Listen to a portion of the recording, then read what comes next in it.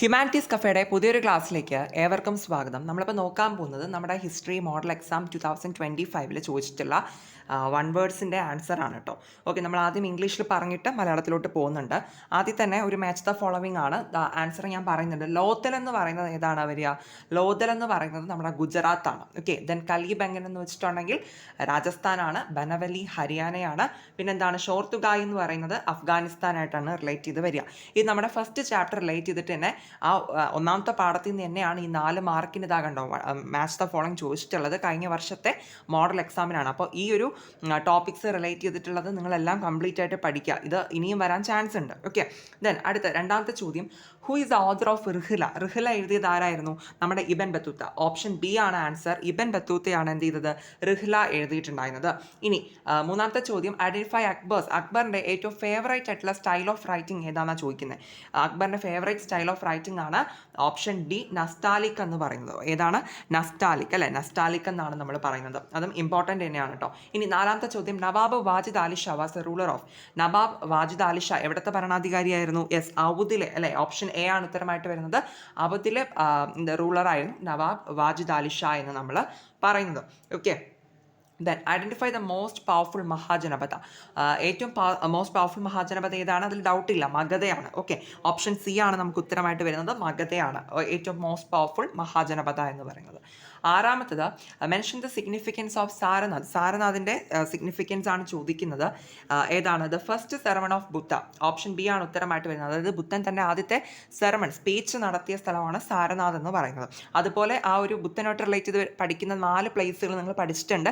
അത് 4 ഏത് വേണം ഇങ്ങനെയൊക്കെ ചോദിക്കാം കേട്ടോ. ഇനി അടുത്ത് വരുന്നത് 7ാമത്തെ ചോദ്യമാണ്, Plato is the native of. Plato എവിടത്തുകാരനാണ്?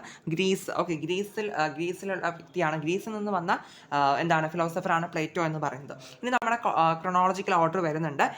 ഇവിടെ Champaran, salt, Chauri Chaura, Gandhi Irwin pact കൊടുത്തിട്ടുണ്ട് അല്ലേ? അപ്പോൾ ഇത് നമുക്ക്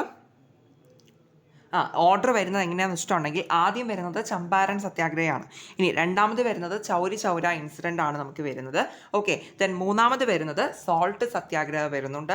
അടുത്ത ഏതാ വരിക? ഏറ്റവും അവസാനം ഗാന്ധി ഇർവിൻ പാക്ട് തന്നെയാണ് വരുന്നത് കേട്ടോ. ഓക്കെ, ദെൻ ഇനി നമുക്ക് മാപ്പാണെങ്കിൽ ഝാൻസി, മീററ്റ്, ലക്നൗ വരെയൊക്കെയാണ് വന്നിട്ടുള്ളത് കേട്ടോ. നമ്മുടെ 1857 റിവോൾട്ട് റിലേറ്റ് ചെയ്തിട്ട് വരുന്ന മീൻസ് ആ റിവോൾട്ട് റിലേറ്റ് ചെയ്തിട്ടുള്ള 4 പ്ലേസുകളാണ് നമുക്ക് മാപ്പായിട്ട് ചോദിച്ചിട്ടുള്ളത്. ഓക്കെ, ഇനി നമുക്ക് മലയാളം മീഡിയം ക്വസ്റ്റ്യൻസ് നോക്കാം. ആദ്യം തന്നെ നമ്മുടെ എന്താണ് ചേരുംപടി ചേർക്കാനാണ്. ഒന്നാമത് ലോത്തൽ. ലോത്തൽ എന്ന് പറയുന്നത് ഗുജറാത്താണ് ആൻസർ ആയിട്ട് വരിക. കാളിബംഗൻ എന്ന് പറയുന്നത് ഏതാണ്? രാജസ്ഥാനാണ് വരുന്നത്. ബനവലി എന്ന് വെച്ചിട്ടുണ്ടെങ്കിൽ ഹരിയാന വരുന്നുണ്ട്. അടുത്ത ഷോർത്തുഗായ് എന്താണ്? അഫ്ഗാനിസ്ഥാനാണ് ആൻസർ ആയിട്ട് വരുന്നത്. നമ്മുടെ ഒന്നാമത്തെ പാഠം റിലേറ്റ് ചെയ്തിട്ടാണ്.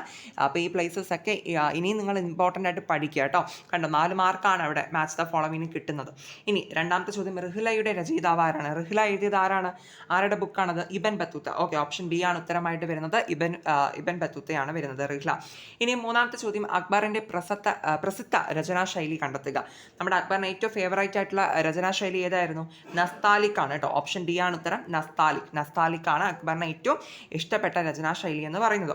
ഓക്കെ, ദെൻ അടുത്ത നവാബ് വാജിദ് അലി ഷാ ഭരണാധികാരിയായിരുന്നത് മീൻസ് നവാബ് വാജിദ് അലി ഷാ എവിടുത്തെ ഭരണാധികാരിയായിരുന്നു? അവധിലെ. ഓക്കെ, അവധിലെ. ഓപ്ഷൻ എ ആണ് ഉത്തരം. അവധിലെ ഭരണാധികാരിയായിരുന്നു വാജിദ് അലി ഷാ എന്ന് പറയുന്നത്. ഓക്കെ, ഇനി നമുക്ക് 5ാമത്തെ ചോദ്യം നോക്കാം. ഏറ്റവും ശക്തമായ മഹാജനപദം ഏതാണ്? നിങ്ങൾക്കറിയാം ഏതാണ്? മഗധം. ഓപ്ഷൻ സി മഗധമാണ് ഉത്തരമായിട്ട് വരുന്നത്. അടുത്ത 6ാമത്തെ ചോദ്യം, സാരനാഥിന്റെ പ്രാധാന്യം എഴുതുക എന്നുള്ളതാണ്. ഓപ്ഷൻ ബി ആണ് ഉത്തരം.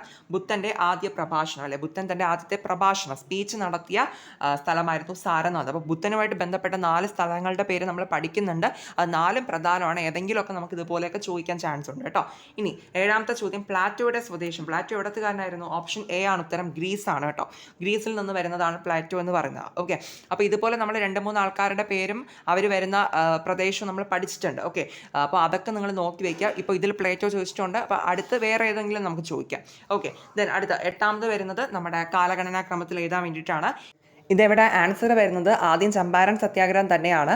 ദെൻ അടുത്ത് വരുന്നതാണ് നമ്മുടെ ചൗരി ചൗര സംഭവം. അതിനുശേഷം ഉപ്പ് സത്യാഗ്രഹം വരുന്നുണ്ട്. പിന്നെ Gandhi Irwin pact, Gandhi Irwin ഉടമ്പടി. ഓക്കെ, ആ രീതിക്കാണ് വരുന്നത്. പിന്നെ മാപ്പ് നമുക്ക് ഝാൻസി, മീററ്റ്, ലക്നൗ, ആറ ചോദിച്ചിട്ടുണ്ട്. ഇത് നമ്മുടെ 1857 വിപ്ലവമായിട്ട് ബന്ധപ്പെട്ട സ്ഥലങ്ങളാണ്. അതെല്ലാം നിങ്ങൾ നോക്കി വെച്ചേക്കാം കേട്ടോ. ഇനി നമുക്ക് വരുന്നത് നമ്മുടെ മോഡൽ എക്സാമാണ്. അപ്പോൾ മോഡൽ എക്സാമിന് എങ്ങനെ പഠിക്കാം എന്നുള്ളത് റിലേറ്റ് ചെയ്തിട്ടൊരു സ്റ്റഡി പ്ലാനൊക്കെ നമ്മുടെ ചാനലിൽ ഇനി വരുന്നുണ്ട്. സ്റ്റഡി പ്ലാൻ മാത്രമല്ല, എന്താണ് എക്സാം പോയിന്റ് ഓഫ് വ്യൂവിൽ നമ്മൾ പഠിച്ചിരിക്കേണ്ട പല കാര്യങ്ങളും നമ്മളിനി ഡെയിലി വീഡിയോസായിട്ട് വരുന്നുണ്ട് കേട്ടോ. അപ്പോൾ എല്ലാവരും സപ്പോർട്ട് ചെയ്ത് കൂടെ കേട്ടോ.